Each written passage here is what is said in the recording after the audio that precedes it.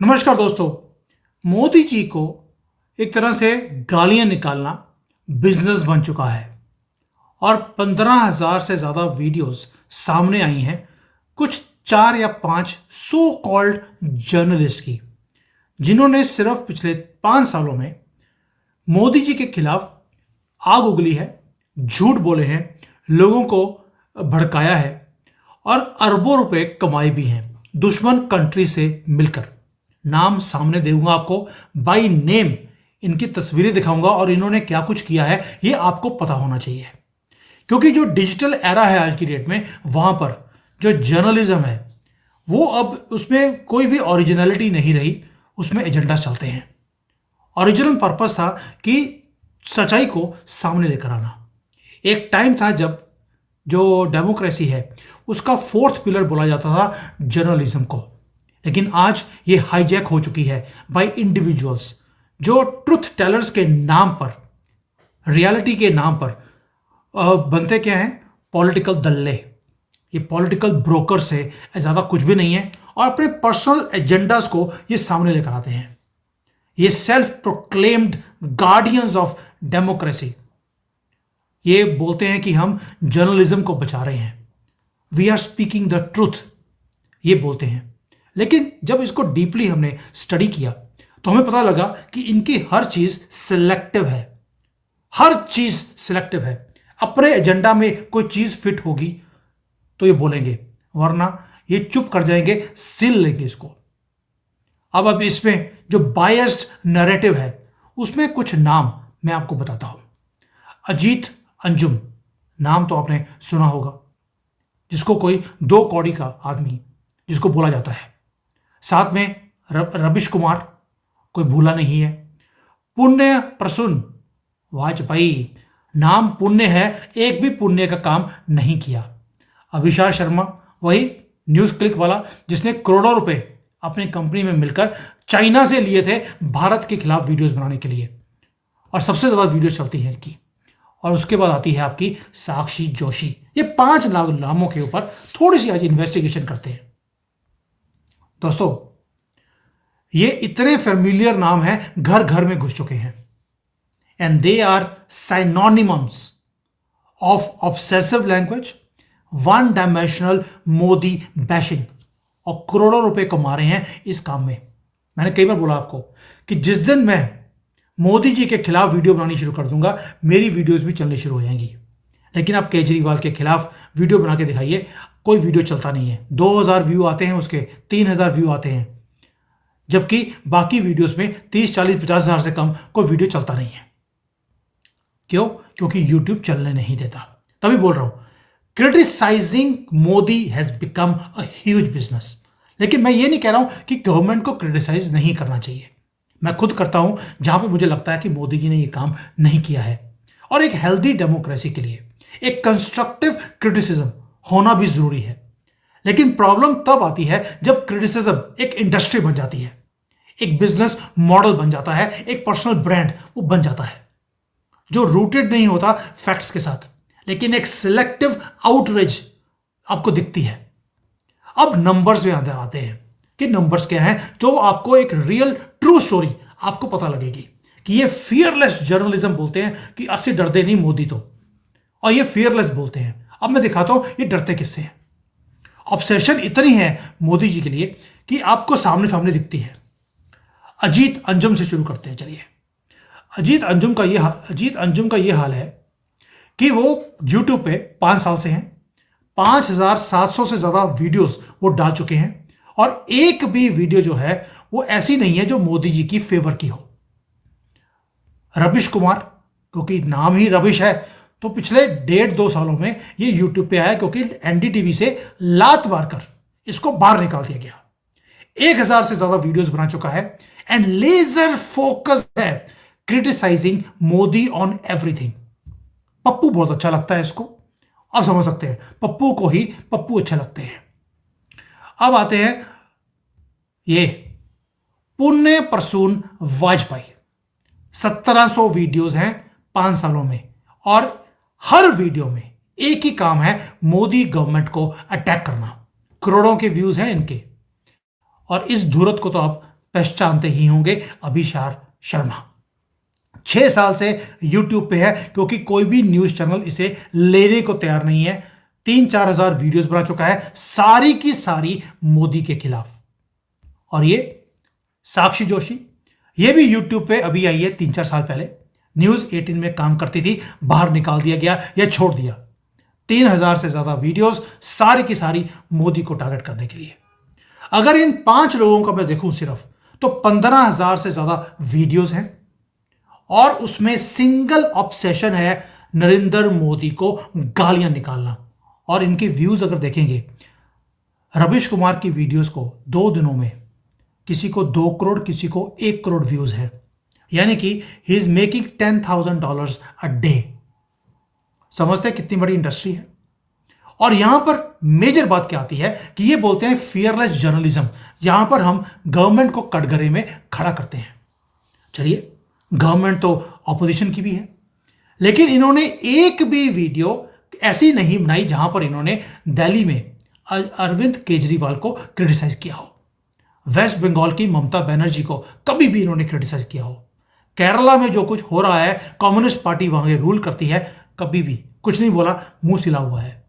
तमिलनाडु के डीएमके को, तेलंगाना में ओवैसी को, कर्नाटका हो, हिमाचल हो, जो बैंकरप्ट हो चुके हैं, झारखंड है जहां पे इतनी चोरी चारी होती है, वहां पर ये बोलते ही नहीं है। जो नॉन बीजेपी स्टेट्स हैं, वहां पर इनको फियरलेस जर्नलिज्म करने का मौका नहीं मिलता, क्योंकि पता है उल्टे टांग दिए जाएंगे। क्या आप क्यूरियस नहीं बनते कि इनका जो लेंस है वो इतना ज्यादा सिलेक्टिव कैसे हो जाता है फियरलेस जर्नलिज्म के लिए?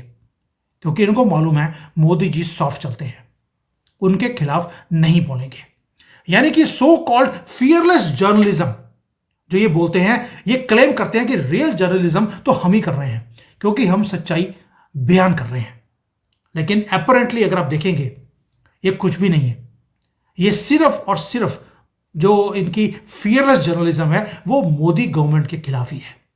लेकिन जब आती है वेस्ट बंगाल की बारी, जब वहां पर पॉलिटिकल वायलेंस हो रही है, सप्रेशन हो रहा है, हिंदुओं को वोट करने भी जाने नहीं दिया जाता, ममता बनर्जी की तरफ से चुप है।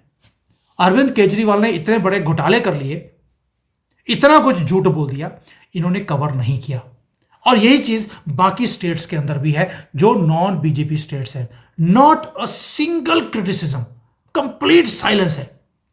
ऐसा क्यों? इसलिए क्योंकि गवर्नमेंट में, मोदी गवर्नमेंट में कोई इनके खिलाफ कोई एक्शन लेता नहीं है, सिर्फ इसलिए। और दूसरा, टीआरपी का मतलब है। मोदी के खिलाफ वीडियो बनाएंगे, इवन यूट्यूब भी उन वीडियोस को प्रमोट करता है।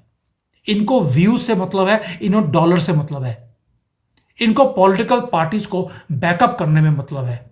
क्योंकि मोदी जी अपनी फेवर की वीडियोस बनाने वालों को पैसे नहीं देते। मुझे खुद कांग्रेस वालों ने अप्रोच किया कई बार कि भाई आप हमारी फेवर की वीडियोस बना दीजिए, हम आपको पैसे देंगे। बिकने वाला इंसान नहीं हो, तो उन्होंने मेरी वीडियोस को चलने नहीं दिया।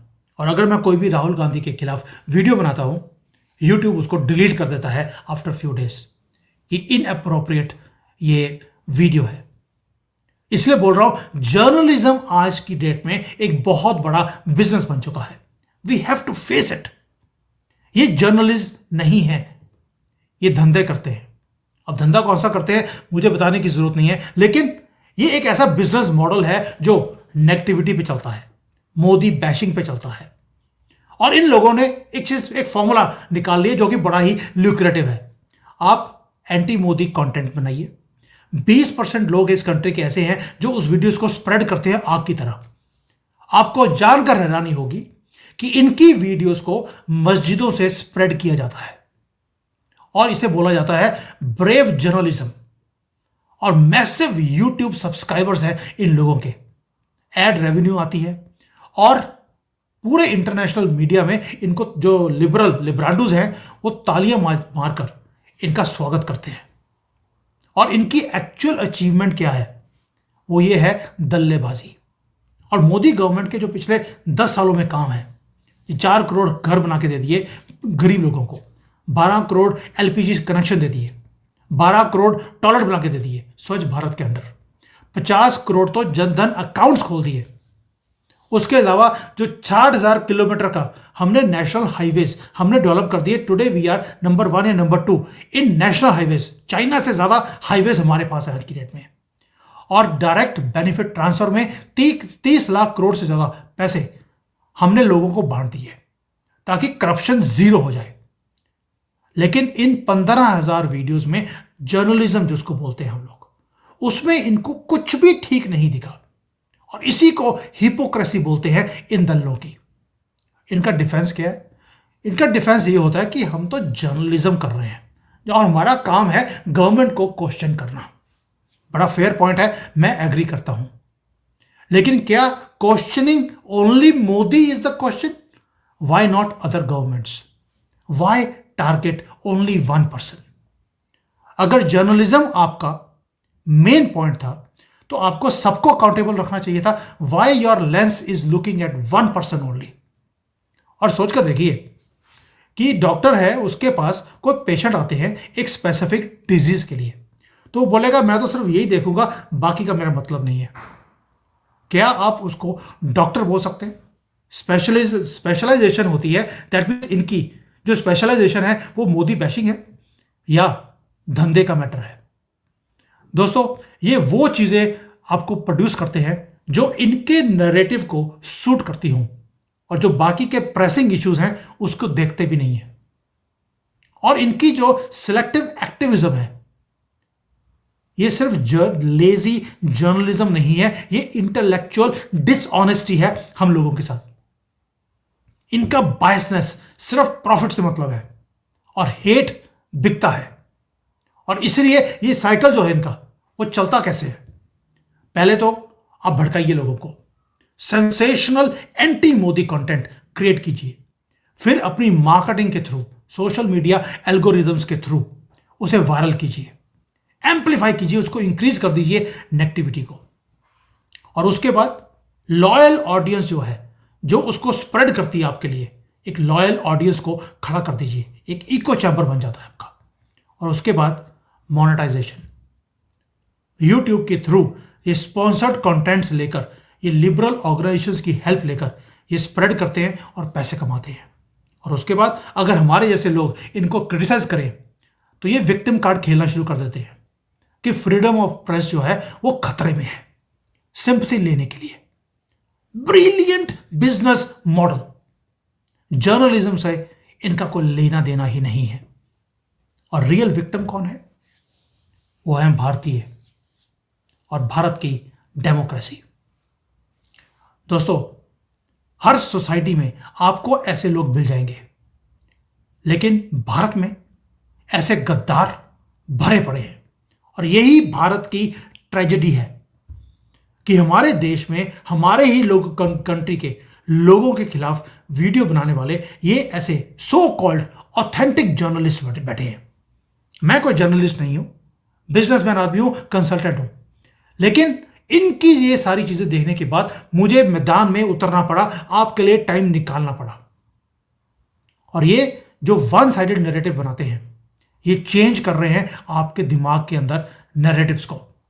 दे are making roads into your mind. वैसे जैसे मोदी जी रोड्स बना रहे हैं पूरे भारत में, विलेजेस से लेकर शहरों तक, अपनी कंट्री में इकोनॉमी को ग्रो करने में लगे हैं, प्रॉस्पेरिटी सब तक आए उस पे लगे हैं। ये लोग नेगेटिविटी कैसे आपके दिमाग में बैठे, ये उस पे बैठे, उस पे लगे हैं। और करोड़ों लोग इनको हर रोज सुनते हैं। और इसीलिए ये टाइम था इनको अनमास्क करने का, ये दल्लों को, कि ये जर्नलिज्म के नाम पर कैसे दल्ले हैं, ये लोग धंधा करते हैं। अब धंधा कौन सा करते हैं उसके ऊपर मुझे इलेबोरेट करने की जरूरत नहीं है। अगर जर्नलिज्म डेमोक्रेसी का फोर्थ पिलर था तो ये उस पिलर के नीचे टर्माइट्स हैं जो उसे हर रोज उसकी क्रेडिबिलिटी को खत्म करते जा रहे हैं। और इसीलिए मैं बोलता हूं, इनके नाम जो है असल में दल्ले, जब तक हम ऐसे नहीं बोलना शुरू करेंगे तब तक ये सो कॉल्ड फियरलेस जर्नलिज्म ये छोड़ने वाले नहीं है। ये दल्ले हैं और दल्ले ही रहेंगे। इनको दल्लों से ही, वर्ड से इनको संबोधित करना चाहिए। ये मर्चेंट्स हैं, बिजनेसमैन हैं नेगेटिविटी फैलाने के। और कंट्री में लोगों को डिवाइड करने में। और जब नेक्स्ट टाइम आप इनकी वीडियोस को देखें, प्लीज आस्क योरसेल्फ, ये साइलेंटली नॉन बीजेपी गवर्नमेंट को बोलते क्यों नहीं है? Why are they silent? और why are they ignoring the positive developments done by Modi ji in the last 10 years?